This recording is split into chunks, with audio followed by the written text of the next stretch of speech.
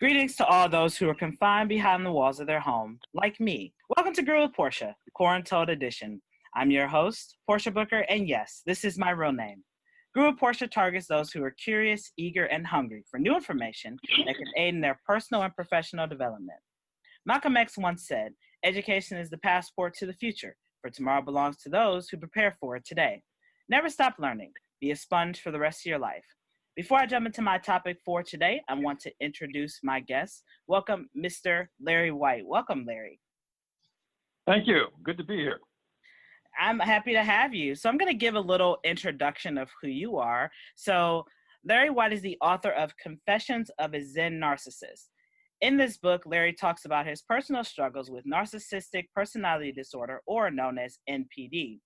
Outside of being an author, Larry is the president of his own company, Larry White Associates Incorporated, which he started in 1997. One interesting fact about Larry is that he has been a practitioner of Zen Buddhism since college and has been a disciple of Hakuin Yasutani Roshi and Keido Fukushima Roshi.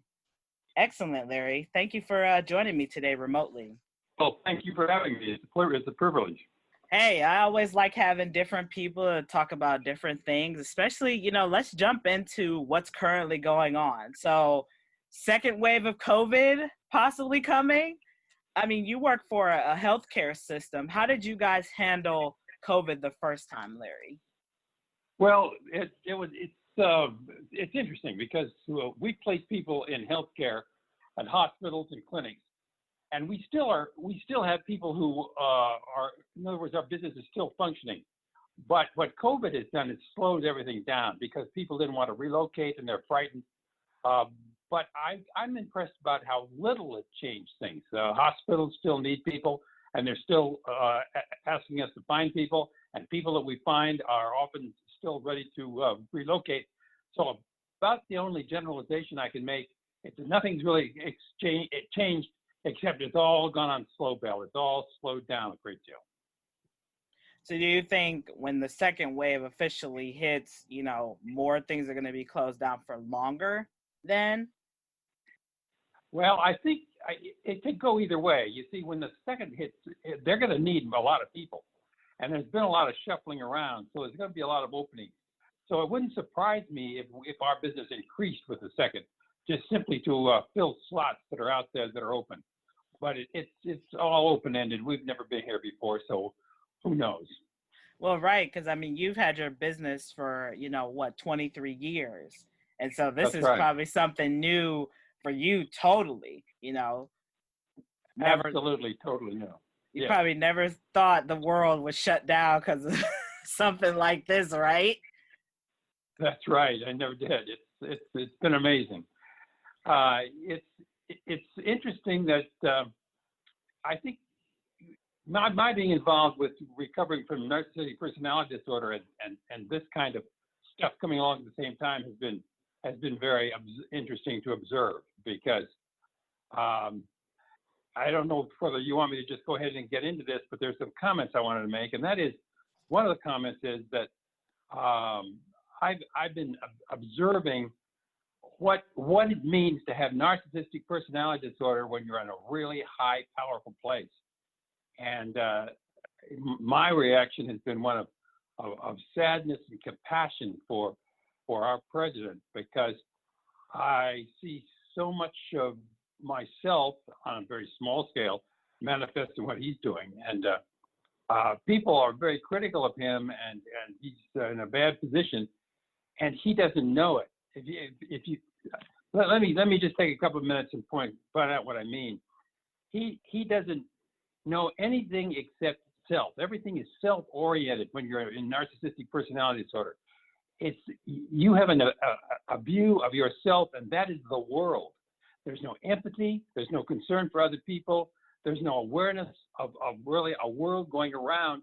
Everything is you, and it's like when he was asked about his possible second term, instead of coming up and talking about what he might do, he talked about himself and how he would feel in a second term. It's all self. And I don't think people obviously don't understand the fine points of narcissistic personality disorder. So they're critical of him, or they like him, but they don't realize that the characteristics that they like or don't like, it's just him. He's not out to hurt anybody. He's not out to help anybody. It's all self. And that was my experience too. Of course, I was not an important person, but I spent most of my life not having any empathy, not caring about other people, not understanding why people kept saying to me, "Hey, you don't know how to love. You don't know how to care." The thing that is really significant, I think, is that the person with narcissistic personality disorder lives in a bubble of self. And so other people seeing him, mostly him, there aren't that many women, they think that he sees a bigger picture, that he's making decisions, that he's acting this way on purpose. And the narcissistic personality disorder person is not acting on purpose. He's acting automatically and spontaneously because of his perception of reality, which is the same as self. So Does that make sense? Yes, it does. And do you think, kind of like when you said he lives in a bubble, do you think that people might have pointed that out to him and he's just ignoring it? Because I was wondering, when we dive more into the topic, you can kind of explain more because you're somebody who's had lived experience, but I'm wondering too if somebody has even brought this up to him and he just throws it to the side. Let me answer that question this way. All the time I was growing up, my father kept saying to me, "You've got to learn, you're not loving." And I didn't know what he was talking about. I then later worked for the Quakers, of all things, and I was one of their national people going around raising funds. And they kept saying, some of the people kept taking me aside and saying, "You're not loving. You don't seem to," and I could not understand what they were talking about. That's the answer. If he were confronted with, he wouldn't understand it. It would make no sense to him at all. I didn't have the remotest idea what empathy was all about, what this concept of love was all about, until it finally was able to drop it. And then it was like, oh my God, I didn't realize the world is different than I thought. I think that answers your question. You can confront him, and he wouldn't. It's not that he would deny it. It's not that he would fight it. It's what it's analogous to is trying to explain red to somebody who's colorblind. It just won't happen. That's an interesting correlation that you made, trying to explain the color red to somebody who's colorblind. And I'm wondering if this same analogy applies to people who have NPD or, maybe have some narcissistic traits as well. Well, no, I think that's. Oh, go ahead, Portia. I was going to say, I had the opportunity in 2016 when Trump was first, kind of making his campaign rounds around the United States. I had the opportunity to intern during the Republican National Convention here in Cleveland. And I will say it was very interesting because, I got to absorb a lot of some of the things he said, and I also got to see his reactions while we were inside of the Quicken Loans Arena.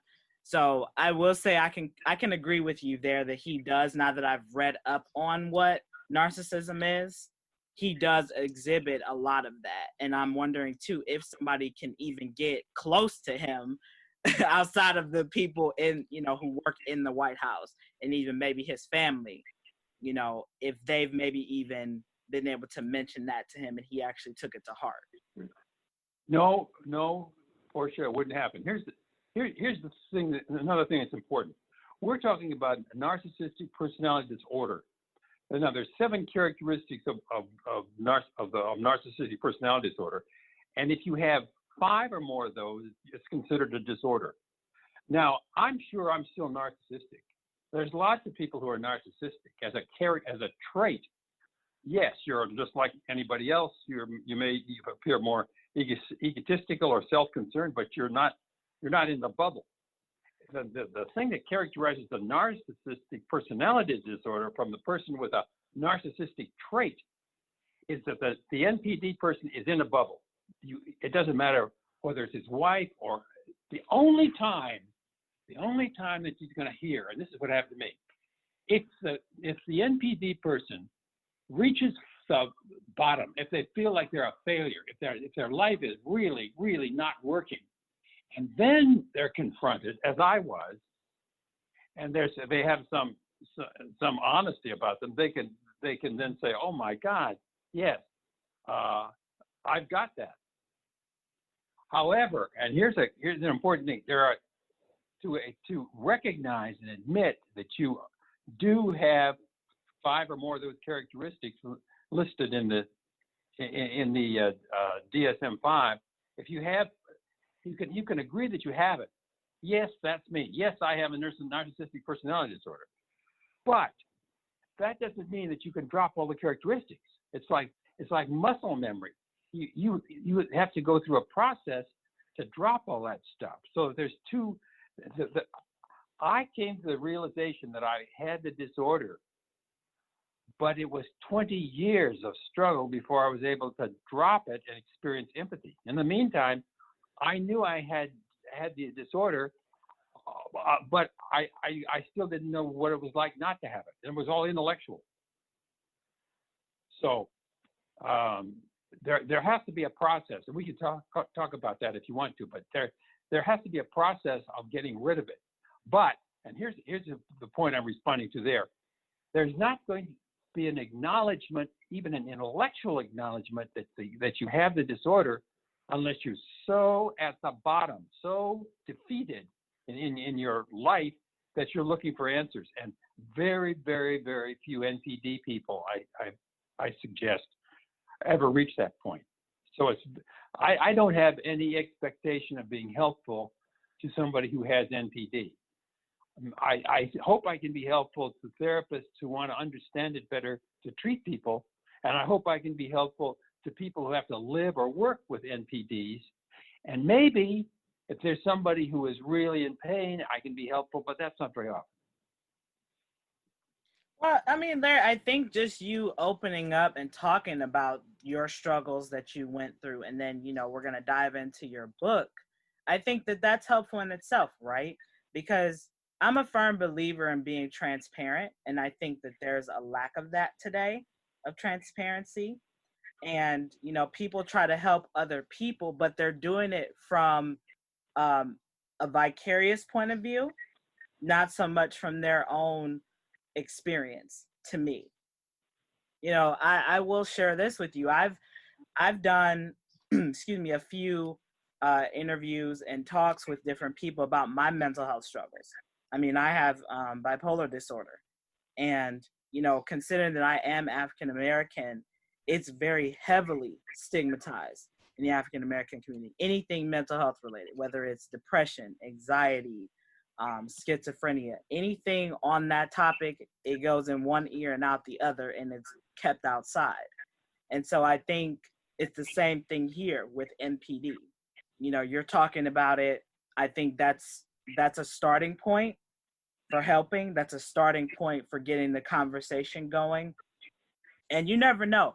Just one word of what you said during, our conversation today could help anybody. You never know. So you never know. That's right. Yeah, you never know. Can you tell our listeners, they may have heard the term of narcissist, but can you kind of give us a definition on what that is? Sure. What it is, there are 9 characteristics. It's pretty simple. And many or most of us have 1 or 2 of those, but I'll just go through them real fast. There's grandiosity, fantasies of power and success, belief in being special, a demand for attention, for admiration, demand for admiration, sense of entitlement, exploitation of others, lack of empathy, envy of others or suspicion of envy of others, and arrogance. Now, none of those is very unusual if there's just 1 or 2 of them. But if you have 5 or more of those 9 characteristics, then you're considered to have the personality disorder. And some of them are obviously more serious than others, but you can see, for instance, the ones that are most obvious, it's grandiosity, fantasies of power, empathy. The lack of empathy we hear on the radio of people commenting about the president about lack of empathy, and I just cringe every time I hear that because I feel so sorry for the guy. I didn't vote for him, but I feel extremely sorry for the guy because he doesn't know what they're talking about with empathy, and people. It's so important to people, and he has no clue. Arrogance. I'm not a diagnostician. I'm not going to pretend to be one. But lots of other people have called him a narcissist, and I observe it. I find a great deal of empathy for him because I know what it's like to be there. I've never been important. I've never had that kind of power, but it doesn't matter. Even at very micro level, it's the same. So there are certain reasons why. The only other comment about it I'd make in terms of defining it, those are the 9 characteristics. Those characteristics apparently emerged out of the childhood situation, usually because there's a couple of different approaches. The one that I have, which is called the golden child, and that kind of syndrome comes from a mother who isn't comfortable. She's not happily married. Her husband really isn't a man. This has nothing to do with sexuality, but he isn't meeting her needs as a strong person. And so what she does is she decides, or she doesn't decide. It's not. I don't think it's a conscious thing. She makes her son the partner that she'd always wanted. Again, there's no sexual deviation in this. And so then he grows up the golden child, and obviously in some people's cases, I think the father may be the key person here, but it's a childhood thing. You're not born with it. It's not hereditary. It's not in the DNA. It comes out of a home environment. And here's the other comment that I've just observed. I never read this, but I've just observed a lot of dysfunction seems to come from real troubled families. People get beaten up. There's sexual deviation, all kinds of bad stuff, particularly that's often commented on in the lower economic societies or in the Black society. But there's a lot of people who come out of that really bad situation and don't have problems or are able to overcome them. The thing I think is probably pretty universally true is that people who are not have NPD, they come from a family that looks normal. They come from a family that appears to work. They come from a family in which people seem to like each other. But dysfunction develops because of that golden child phenomenon. So it's a very strange phenomenon, and it's quite different from sociopathy or psychopathy. It's a very special thing because of the bubble and the fact that there's no self-awareness of what's going on or a glimpse of it or an ability to understand it when confronted. That's a long-winded answer to your question, but no, and that's fine. I love how you touched on the golden child, because in my mind, when I think of the golden child, I think of that child who is the role model, whether, the oldest for all the siblings, even the youngest, because from my understanding too, I don't think that NPD is restrictive to just either the oldest or the youngest. I don't think it's restricted, Portia, but I suspect, and this is not, I suspect that there are probably more firstborn narcissists than others. I think that probably that's the case. But I think you're also right that the two extremes, actually the firstborn and the lastborn are the ones who seem to end up with the problems in the end.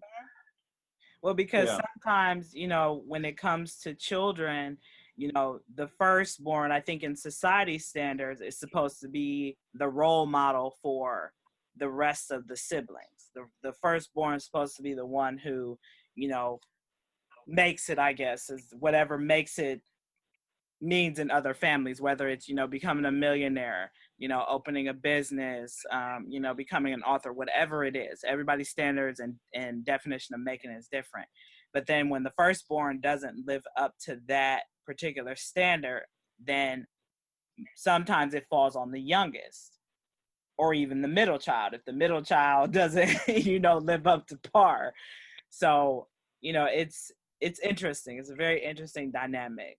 So, Larry, here's another kind of thought that I had. Isn't there two types of narcissists? Isn't there a vulnerable one and a grandiose one? Yes, I think that's true. I'm not at all an authority on all of the different shades of it. Let me tell you this: when I was in psychotherapy for years and years and got thrown out because I couldn't deal with my feelings.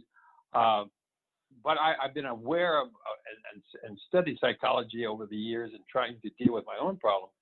But when I decided to write this book, the only thing I knew about narcissistic personality disorder was what is in the diagnostic manual of statistics, the diagnostic statistical manual of mental disorder, the DSM-5, which is a kind of a manual for different kinds of, and there's just 2 or 3 pages about it, and it's got all these definitions. That's the only thing I'd ever read about NPD, and I'm really glad that's the case, because if I since then I've read a lot more. But if I had read stuff before I wrote it, I probably wouldn't have been able to write the book, because I didn't pretend to know anything about it theoretically, except for the definition, which I just discussed. I just let it all hang out. I wrote what I thought was happening. I didn't know anything about the golden child and all this sort of stuff. I just wrote what I'd experienced. Then after I'd done all the writing, I went back to see what other people had said about it. And I was interested. Some I thought missed the point. A lot of people talked about narcissism, but it wasn't at the NPD personality disorder level, which is a very different thing. Yes, I think the answer to your question is yes. There is the grandiose kind, and there's another kind, and there are variations on the manifestation. But I think I was the golden child variety. One of the other two. So some people have said there's 2 basic ones: golden child and scapegoat. I definitely wasn't the scapegoat, and I really don't know anything about that approach to it. But the golden child one, I suspect, is the most common, but I don't know that for a fact. Yeah, that's interesting. I mean, considering that you started kind of like writing about your experience and, trying to understand even before you picked up that manual. So, I mean, it sounds to me, maybe it was meant to be for you to, tell your story in order to help other people, because I don't think a lot of people are, in my book, self-aware like they should be, because we're constantly bombarded with, the news, social media, outside stimuli. So I'm glad that you kind of had that epiphany or revelation per se. So Larry, go ahead. Okay. No, go ahead. I was going to say, how is NPD diagnosed? Because it seems like it's kind of on a scale of complexity along with bipolar disorder. Well, I think it's easily diagnosed. There's this book called the Diagnostic Manual of the Diagnostic Statistical Manual of Mental Disorder, called the DSM-5. The 5 is the 5th version of this. The NPD didn't make it into that manual until about DSM-3. So if you're a therapist and you can get, or anybody, you can get the book in the library or buy it or wherever, or you can get it online without even paying for it. Just plug in DSM, Narcissistic Personality Disorder, and you can get it. Anyway, if you look at that definition, it's very, very specific. There's 9 characteristics, so that you can very easily, if you have a friend or a patient, you can very easily determine whether they have any or all of those. And so it's easy to say, well, I got 5, they must have the disorder. I suspect that diagnosing NPD, diagnosing Narcissistic Personality Disorder, is probably one of the easier disorders to diagnose. I'm not doing any diagnosing, but I think that would be true. I'll go so far as to say I think that you could be a layman, and you could look at that definition, and you could come to a conclusion in your mind that this person seems to be manifesting that way. I think the diagnosis is probably that simple. Now, most therapists will say, I've heard it said that NPD is like type 1 diabetes. You can treat the symptoms, but you can't cure the disease. I don't know. I know that there are very few people who have come out on the other side, and as far as I know, nobody else has ever written a book about it. So I wrote the book because I needed to. It felt like something I needed to do for myself, and then I said, "Wow, there may be something unique here that can be helpful to other people," and that's why we are where we are. And so let's dive into like your book. So, you said that you wrote it to free yourself. And I think that's amazing. And about how long did it take you to write this book, Larry? Well, now this is kind of interesting. About a year and a half, I was on a telephone conversation with a friend of mine, and we were just shooting the breeze, and it was one of those long conversations. I'm not a telephone person. I don't chit chat on the phone with people. I get into serious conversations with people sometimes. They go on and on and on, and this was one of those kinds of conversations. And she said to me, "Well, you have such an interesting life. You ought to write a book about it." And I'd never even thought about it before. It just clicked. It was a serendipitous sort of thing. It just clicked. So I just started writing, and as I would get it written, I would show it to people, and people would make suggestions, and we fleshed it out. And it took about a year and a half until I finally got it to where it was printable, and so it all came together very fast. I've been struggling with what was the matter with me, why I wasn't happy and successful for most of my life. And I'd had all of the experiences about getting over narcissism before I wrote the book, but to write it, it's just one of those things. I just said, "Oh yeah, I got to do that," and so I just started doing it, and that was it. It came out. And that's good. I mean, sometimes I'm a firm believer that messages come to you through other people. Right. Like I've had that a lot. When my great grandma passed away in 2018, a family of cardinals moved into the tree outside in our front yard, which is below her bedroom. And whenever I needed a sign of some sort, I'm not kidding, Larry, those cardinals would come on the porch, or they would be on the fence when I would come down from the porch with my dog to give me a message. And mostly it was the guy one that I would see, not so much the girl, but whenever to me there was a special message that I was going to get, it was both of them together, not just the guys. I can understand it. I think that kind of thing happens. No question in my mind. Yeah, I mean, so when it comes to your book, do you think there's going to be a part 2 for this, or is this kind of like a one and done ordeal for you?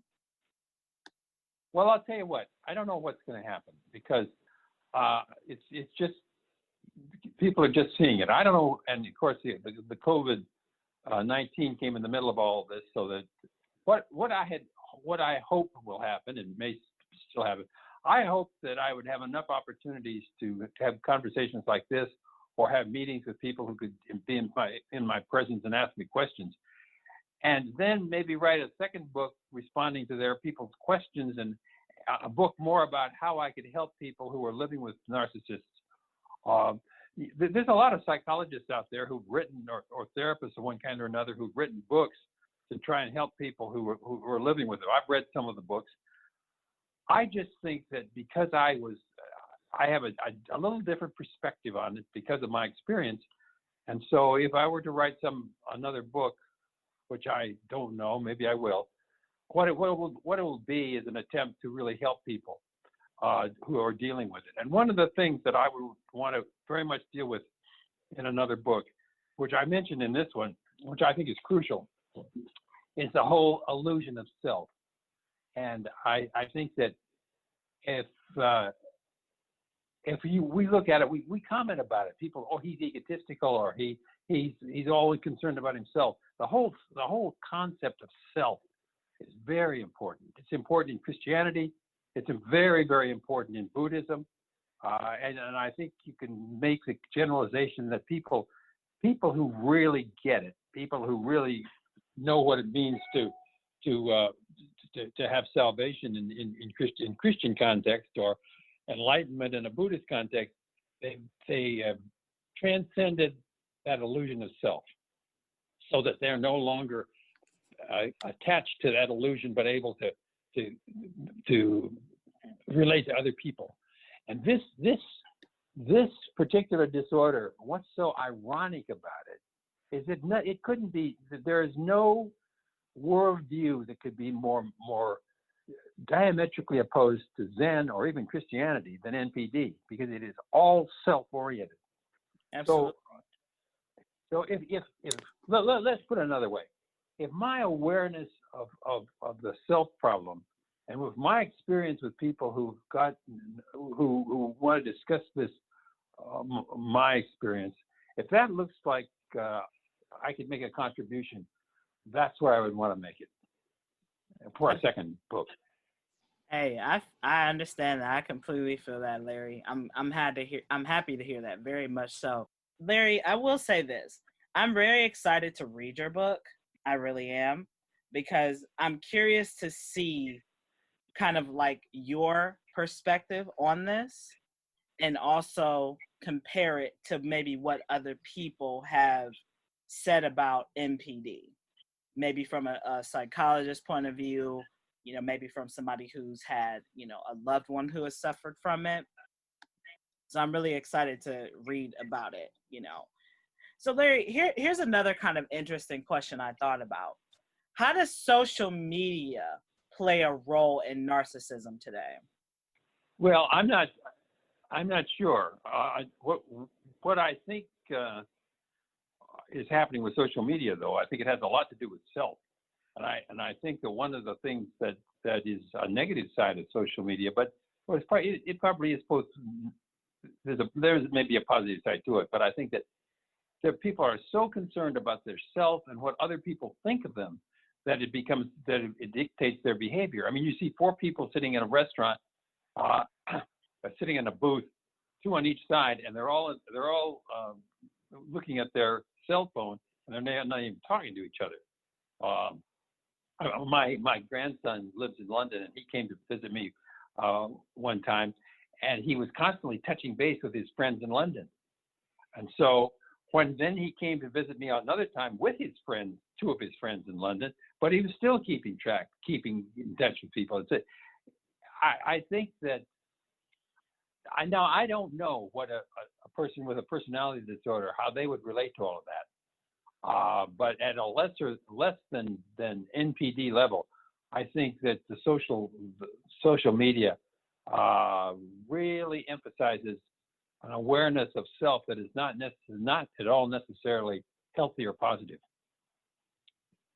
Well, and I can agree with that, because social media is 24/7. You figure people are up at all hours of the day and night, and same thing with news. It's 24/7. You can access it whenever. And I think it's almost like people need to put on an off switch. And that's right. And I think because there's so much going on in the world today, we have that curiosity question of what's next? What if this? What's going to happen now? So that's right. They have to satisfy that hunger, that what if factor. And for some people, it's an addiction because you're on there, you know, all the time. Then you figure if some of your friends are also night owls, they're on as well. You're talking to them about it, or, you know, just talking to them in general.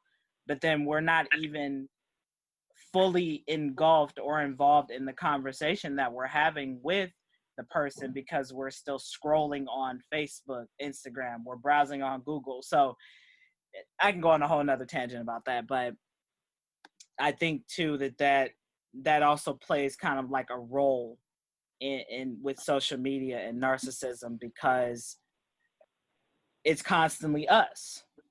We're so absorbed in what's going on. We're like, what about me? We see all the stuff that everybody else is doing and all the accomplishments and achievements, and we're like, well, what about me? So that's right. That's right. That's just my observation from you know, somebody who uses social media a lot, but I'm not like actively on it, if that makes sense. Mostly I'm on there to just promote my show, but look at what the president does with Twitter. I mean, that sort of answers your question. Yeah, that it's like you have to put a wedge in the door in order for people to notice you. You know, it's like everybody else can't become too popular before you. That's right. I don't know. I call it like the little girl, like the sad, jealous girl approach. That's what I call it. Because it's like, you know, the jealous girl has to start a fire to get people talking about her so she can feel important. You know. Well, I think it's very hard to deal with the issue of transcending the illusion of self in today's world. It's been a problem. It's been a reality for human beings from the beginning, and all of the great teachers of any kind of awareness, whether it's Christianity or Buddhism or Islam or whatever. There's always the hope that people are going to transcend that selfish self business, and so social media is just another way of it manifesting in the 21st century. But if there's one problem that is crucial to human happiness, it's that aspect of self. And if there is, and the most exaggerated distortion of the illusion of self that I'm aware of is narcissistic personality disorder. That self, the illusion of self crowds out everything. It's so you're living in a separate world of which you are the dominant and only significant part. And of course, but the need to deal with the illusion of self transcends everybody. You don't have to. The thing, one generalization I'd make is a person who has NPD is probably never going to confront the issue. He or she is probably never going to transcend it. Other people, whether they have a trait toward narcissism or not, they have the potential to come to some sort of an awareness, some sort of an epiphany, and drop all or part of that illusion and become more and more aware. So the NPD person, he becomes kind of a negative example. He doesn't understand what you're saying, but you can see that he is an example of what happens if you're totally aware of self and nothing else. Yeah, you're absolutely right about that, Larry. I mean, I think that with NPD, there's a lot of dialogue that still needs to be had.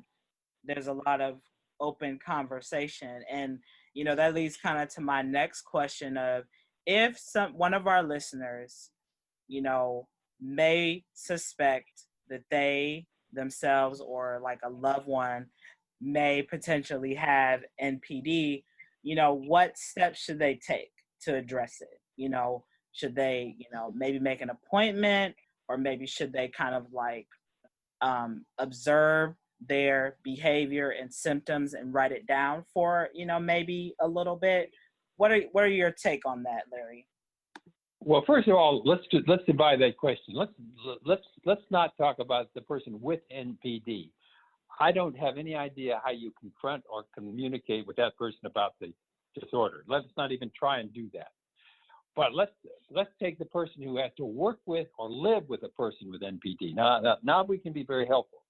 One of the important things I think is for a person like that to understand is that the person with NPD is not out to hurt anybody. They do hurt people. They walk all over people. They ignore them. They're unempathetic, but they're not out to hurt them. You can make the case that a person who's sociopathic or psychopathic, actually, for whatever reason, I'm not in any kind of an authority on that for sure, but there's some conscious awareness of trying to hurt or manipulate other people. I don't think the NPD person is out to manipulate anybody or hurt anybody. It's all self.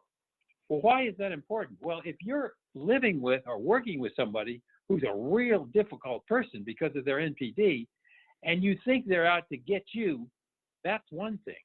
But if you say, hey, this person is not to get me, this is just the way they see the world, and I'm just not important, that gives you a different way to address it. It's not as painful if you're dealing with somebody who is difficult, impossible to communicate with, but they're not really trying to make your life more difficult. They're simply totally concentrated on their own life. So I think that's very important, because I in some of the stuff that I've read, the author seems to imply or actually state that the person with the narcissist is trying to hurt somebody else. I strongly question that, and I think if that's not true, that's a positive. If you have to work with or live with somebody like that, I mean, if you live with somebody who's very difficult, but they're not focusing anything on you personally, that makes it easier to handle. And that's interesting that you said that not, people who have NPD, they're not out to hurt people. They just kind of like lack empathy, right? That's right. And they have grandiosity and arrogance, and they think they're special, and they think they should be admired, et cetera, et cetera. But they're not out to hurt somebody else. Nobody else really exists unless they're there to help them. Everybody's supposed to make them be special. Mm-hmm. And that's different than if you're out to put somebody down or hurt them. And I think there's an important distinction there. So do you think that, and coming from you being somebody with experience, and I've heard other people ask this too, so do narcissists even know that they have a disorder? No. And that's very interesting, because for whatever reason, when I went to college, I realized there was something wrong. So I kept trying to get into to get counseling, and I got into it several times. The earliest counseling, really serious counseling I had, the therapist said, well, this was before that narcissistic personality disorder had been defined as a separate disorder. So he didn't know anything about that, but he was able to respond to the facts. He says you're never going to be hospitalized or anything for any of your problems, but he says what you are probably going to experience is you're always going to be looking and saying this isn't it and going somewhere else, always leaving and starting over, which was true. When I got into therapy with a really good therapist, I knew I was uncomfortable. I wanted to suddenly be free, whatever that meant. But I didn't know I had a disorder. I didn't know what it was. And I finally got thrown out of that because the therapist, he couldn't deal with me. I was all in my head, no feelings. And then there was no way for him to deal with me. So the first chance he got an opportunity to professionally leave, I had to take a leave of absence because my business made me I had to go to town for 2 or 3 weeks, and he said, if you leave, you can't come back. Well, I left, and so when I came back, he referred me to another therapist, and I never saw him again. So the answer to your question is, I really, really am quite sure that a person who has NPD doesn't know it. They may know that they're not real happy. They may know that they're uncomfortable. They may want to even go to a therapist to find out what's wrong with them, but they don't know they have it, and they're not going to respond to being confronted about it until they're really at the bottom. And I don't think that happens very often.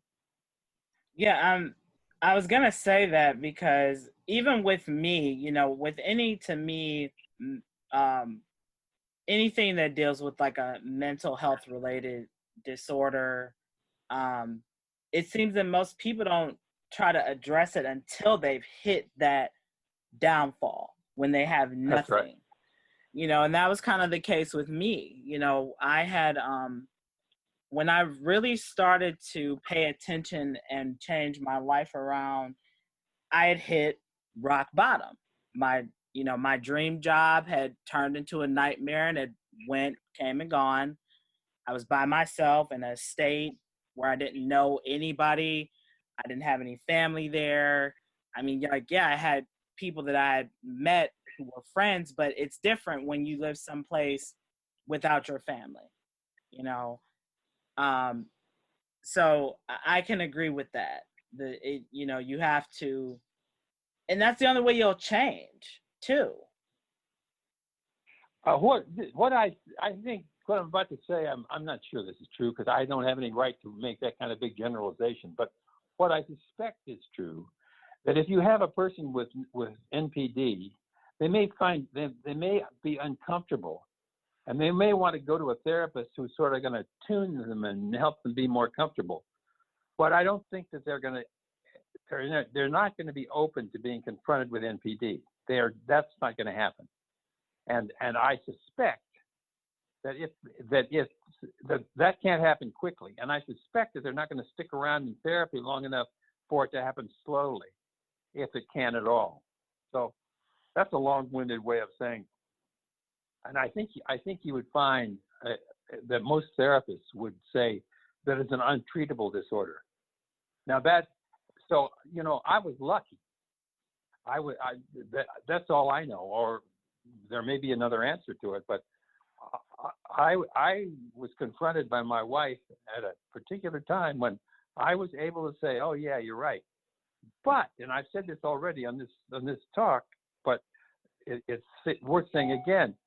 I intellectually understood it and said, "Yeah, I got it."